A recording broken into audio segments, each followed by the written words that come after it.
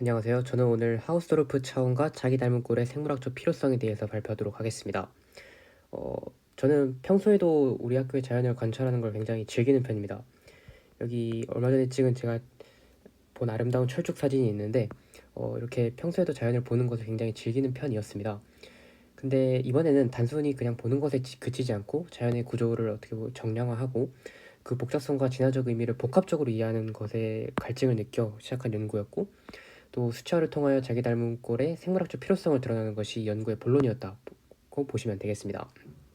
이 밑에 사진들이 이제 제가 그 연구할 당시에 우리 학교로 돌아다니면서 수집한 표본입니다. 그러면 바로 이론적 배경으로 넘어가도록 하겠습니다. 왼쪽에 이제 하우스토르프 차원이 나와 있는데, 이 하우스토르프 차원을 이해하기 위해서 이제 우변에 이상하게 생긴 식의 의미를 찬찬히 설명해 보도록 하겠습니다.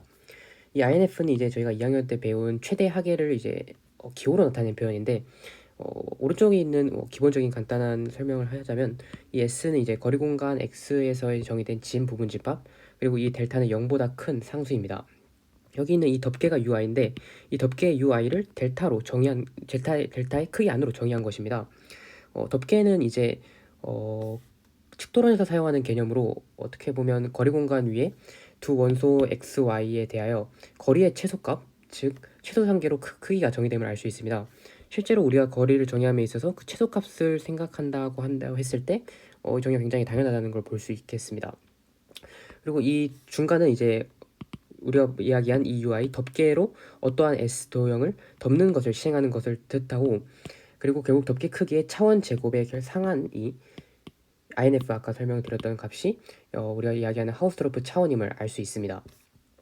근데 이렇게 이야기하면 측도론적 정의 그래서 뭐 어떻게 할 거냐 라고 물을 수 있기 때문에 어떻게 다시 직관적으로 좀 정의할 필요가 있다고 생각을 해서 좀 더 쉬운 차원의 이해를 가져와 보았습니다.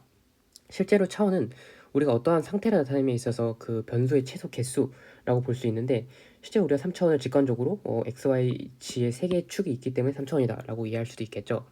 하지만 이 정육면체 예시를 들어서 다른 접근 방식을 제가 알려드리려 합니다. 여기 어떤 도형의 길이를 1에서 2로 2배를 늘렸을 때 해당 차원에서는 이 정육면체의 개수가 8개가 되었습니다. 이렇게 2배로 그 길이를 늘렸을 때 개수의 값이 8배가 된다. 근데 그것이 3개의 제곱이 됐기 때문에 8배가 된다라는 것으로 차원을 이해한다면, 이 3이 그 실제 3차원의 값이는 차원값이라고 보면 이제 차원의 새로운 정의가 탄생을 하게 됩니다. 이렇게 상세한 값을 이제 약간 일반화를 시키자면, m의 d제곱은 n이라고 했을 때 양변의 로그 값을 취하면 d는 로그 n분의 로그 n이 되겠죠. 이 값이, 그러니까 이 수식이 가지는 의미가 무엇이냐 하면은 이제 우리가 생각하는 차원의 값이 이제 자연수를 벗어나서 실수 차원의 값도 가질 수 있다라고 보시면 될 것 같습니다. 박스세기 방법은 이제 이 알고리즘적 이용인데, 어떤 박스의 크기를 줄여나가면서 덮을 수 있는 개수를 이제 각각 로그를 취하여서 기울기를 구하면 그 위에 정의한 값과 이 값과 정확하게 일치함을 볼 수 있는데, 이 박스세기 방법을 사실 위에 설명한 덮개라고 봐도 무방합니다. 실제로 덮개의 크기를 줄여나가면서 어떠한 도형을 덮는 것과 그 정의가 일치하기 때문에 이 두 가지 차원의 이해를 이어주는 것이다 라고 생각하시면 될 것 같고, 이 이론적 배경을 바탕으로 이제 하우스토르프 차원 분석을 제가 실제로 시행한 것입니다. 우리 학교의 고사리와 나뭇가지를 이제 예시로 들었는데, 여기 보시면 박스세기 방법, 그러니까 개수와 엡실론, 그러니까 스케일을 의미하는 것이죠. 그리고 각각의 로그 값을 취하여서 그 분모를, 그리고 분자를 상정을 하여서 기울기를 구한 값이 바로 차원이 되는 것입니다. 이렇게 보면 이제 고사리는 1.5452 차원, 나뭇가지는 1.4883 차원을 가짐을 알 수 있습니다. 이렇게 위 차원을 보면 우리가 실제로 생각하는 것과 다르게 바이너리는 1차원 값을 가져야 되는데, 생물이 굉장히 효과적으로 그 차원 값을 늘렸음을 확인할 수 있습니다.